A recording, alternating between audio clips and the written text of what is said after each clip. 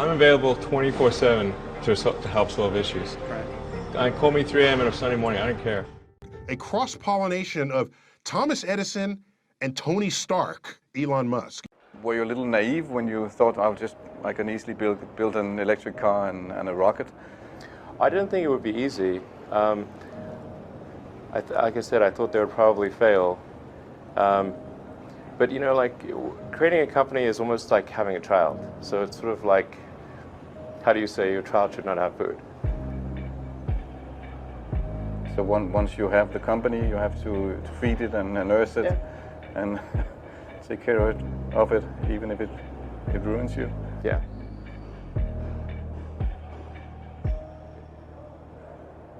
But suppose there were some tough times in 2008, end of 2008.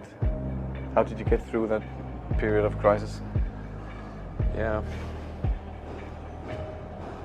Can we just break for a second? Sure, of course. Yeah. You want to wait a little while? Yeah, I sure hope it was worth it. Sure hope so. Sure hope it was worth it. It's everything. And I was borrowing money from friends to pay the rent. Well, I mean, Tesla really faced a severe threat of death due to the Model 3 production ramp. Essentially, the company was bleeding money like crazy, and just if we didn't solve these problems in a very short period of time, we would die. And it was extremely difficult to solve them. How close to death did you come? Within single-digit weeks. 22 hours a day, or like what? How many hours? Just working, so 7 days a week, sleeping in the factory. I worked everywhere from I worked in the paint shop, general assembly, body shop. You ever worry about yourself imploding? Like it's just too much? Absolutely. No one should put this many hours into work. This is not good. People should not work this hard. They should not do this. It's very painful. Painful in what sense? It hurts my brain and my heart. Where do you come up with your best ideas? Are you on vacation, or are you kind of just like in the middle of the night you wake up and start drawing things down? Or you know, sounds really cliche, but like the shower is probably like you know, wake up and go to shower in the morning. And I think actually what's really happened is kind of stuff is percolated in the subconscious. Right.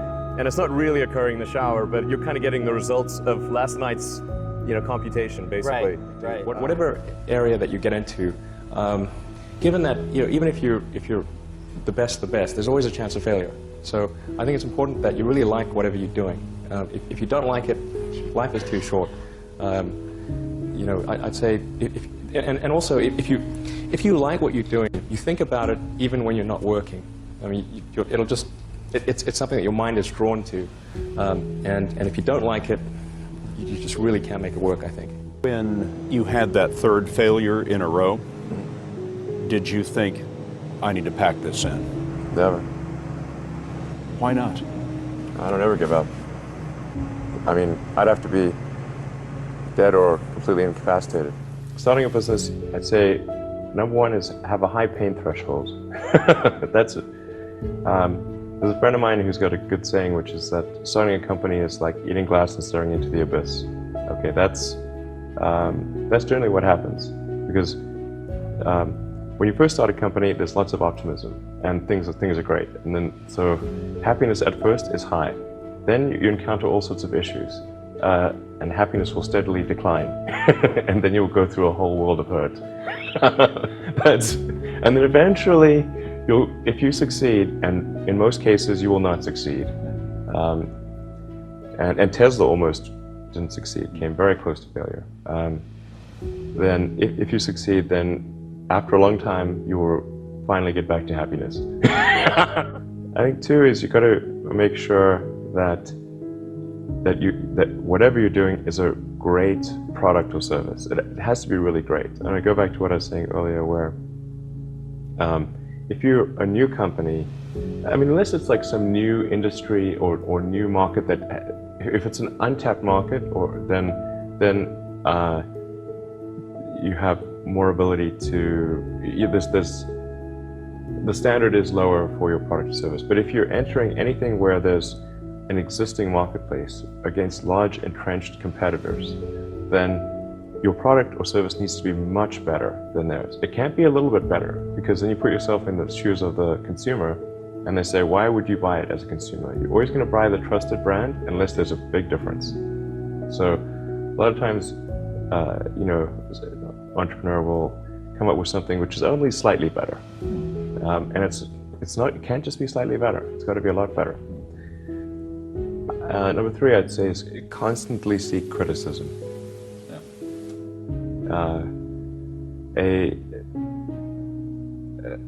A well thought out critique of whatever you're doing is as valuable as gold.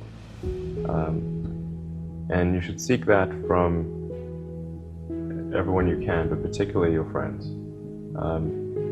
Usually your friends know what's wrong, but they don't want to tell you because they don't want to hurt you. So lift you up, sort of. yeah. So they'll say, oh, I wouldn't encourage my friend, so I'm not going to tell him what I think is wrong with this product. Yeah. It doesn't mean your friends are right, but very often they are right. And you at least want to listen very carefully to what they say. And to everyone, if you're looking for, basically, you should take the approach that you're wrong. You know, that you, the entrepreneur, are wrong. Your goal is to be less wrong.